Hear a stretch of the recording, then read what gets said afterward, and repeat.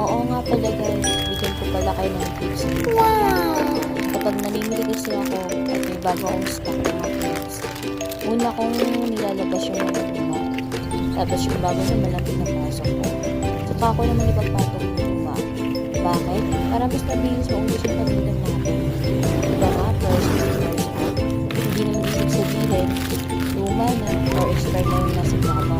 Inuna lang talaga natin yung bago sa ilalim. Parang mabilis maubos yung nasa ibabaw. Ayun lang, sana nakatulong ko sa inyo. At saka nga pala, may nakahalo kasi yung sinintendits ko ibang tips din. So, ang ginagawa ko, pinag-iwalay ko muna. Pinagsasama ko ulit dun sa makakapareho. Nice! Pansinin nyo rin po sa mga tips. Minsan kasi nag-remote na yan. Kapag nakarawan,